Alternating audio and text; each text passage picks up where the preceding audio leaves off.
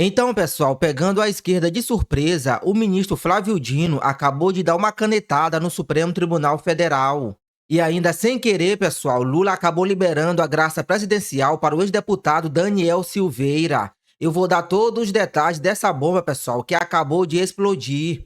E para fechar, acabou de ser revelado todos os detalhes do teatro que Lula vai fazer no dia 8 de janeiro para marcar os 2 anos da manifestação de 2022. Pelos nomes revelados, pessoal, isso vai ser um tremendo show de horrores. Esse é o nosso giro de notícias deste sábado 4 de janeiro de 2025. Não se esqueçam de deixar o like, se inscrever no canal e compartilhar esse vídeo. Então, pessoal, o ministro do STF, Flávio Dino, acabou de agir contra a esquerda ao suspender repasse de emendas a ONGs por falta de transparência. Eu falo agir contra a esquerda porque, na sua grande maioria, essas organizações são geridas por militantes. A decisão foi assinada na tarde desta sexta-feira 3 e ocorre após a Controladoria Geral da União apontar falhas na divulgação de informações de metade das 26 entidades fiscalizadas. A auditoria foi encaminhada a Flávio Dino, ministro relator das ações envolvendo as emendas. De 676 organizações sem fins lucrativos, a CGU analisou as 26 que receberam os maiores valores entre 2 e 21 de dezembro de 2024. Segundo o relatório, 13 delas, ou seja, 50%, não forneceram transparência adequada ou não divulgaram informações. 9 entidades, que representam 35%, apresentaram as informações de forma incompleta, ou seja, existem dados de algumas emendas ou de apenas de anos anteriores, sem a suficiente atualização. Além disso, pessoal, apenas 4 entidades, que representam 15%, promoveram a transparência de forma adequada, considerando a sensibilidade, clareza, detalhamento e completude. O ministro ordenou a suspensão imediata dos repasses às entidades que não forneceram transparência adequada ou não divulgam as informações requeridas nos termos do relatório da CGU. Aí o que aconteceu foi que Flávio Dino deu um prazo de 5 dias para a Advocacia Geral da União notificar os ministérios sobre o impedimento de novos repasses e comunicar nos autos o cumprimento da determinação.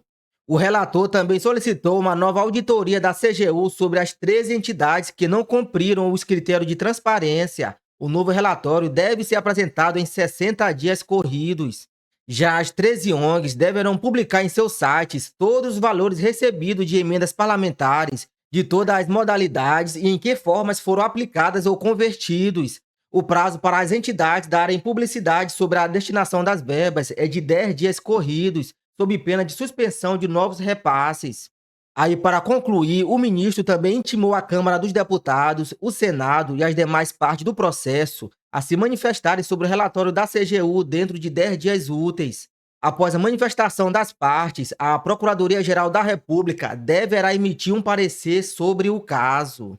Então, pessoal, achei correto essa atitude de Flávio Dino. Agora, a minha dúvida é se dentro dessas 13 ONGs barradas estão aquelas que foram citadas os nomes do senador Randolfo Rodrigues e Davi Alcolumbre, porque nessa decisão do ministro não mostra os nomes dessas ONGs. Então, e vamos dizer assim, sem querer, pessoal, Lula deu a graça presidencial para o ex-deputado Daniel Silveira. A defesa afirma que o indulto de Lula abrange o ex-deputado e aciona Alexandre de Moraes. A defesa de Daniel Silveira afirma que o indulto natalino concedido pelo presidente Lula a um determinado grupo de presos no final do ano passado abrange o ex-deputado federal. Por isso, nesta sexta-feira 3, os advogados de Silveira acionaram o ministro Alexandre de Moraes, do Supremo Tribunal Federal, para que considere válido o benefício.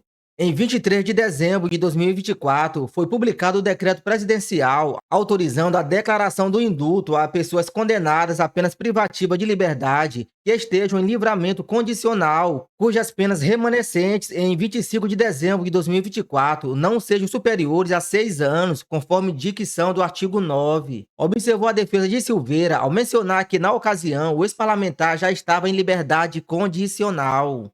O ex-deputado seria preso no dia seguinte em virtude de supostas violações de cautelares.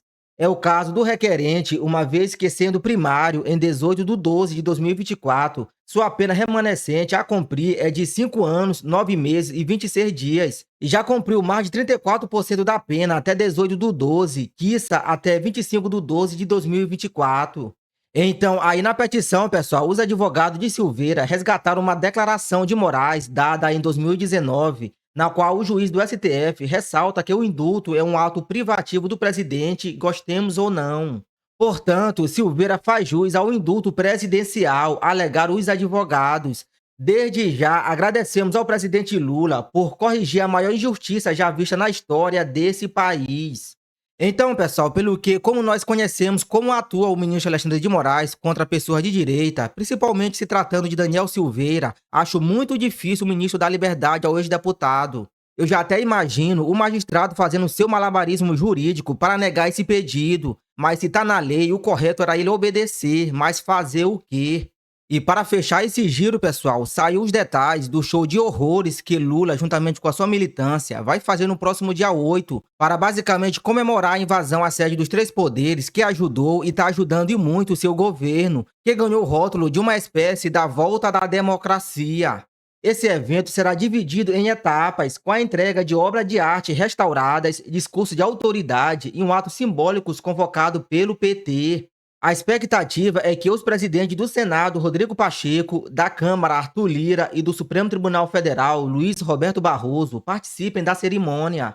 Lira não esteve presente no evento realizado em 2024. Os comandantes do Exército, General Tomás Paiva, da Aeronáutica, Brigadeiro Marcelo Damasceno, e da Marinha, Almirante Marcos Ossen, também foram convidados.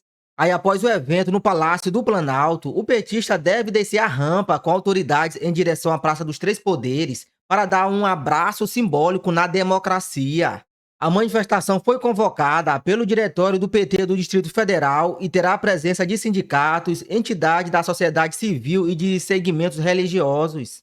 Em nota, o PT afirmou que o evento servirá para reafirmar posições contra qualquer proposta de anistia, tanto para os que participaram das depredações, quanto para seus idealizadores, como o ex-presidente Jair Bolsonaro e membros do seu governo, já indiciados pela Polícia Federal.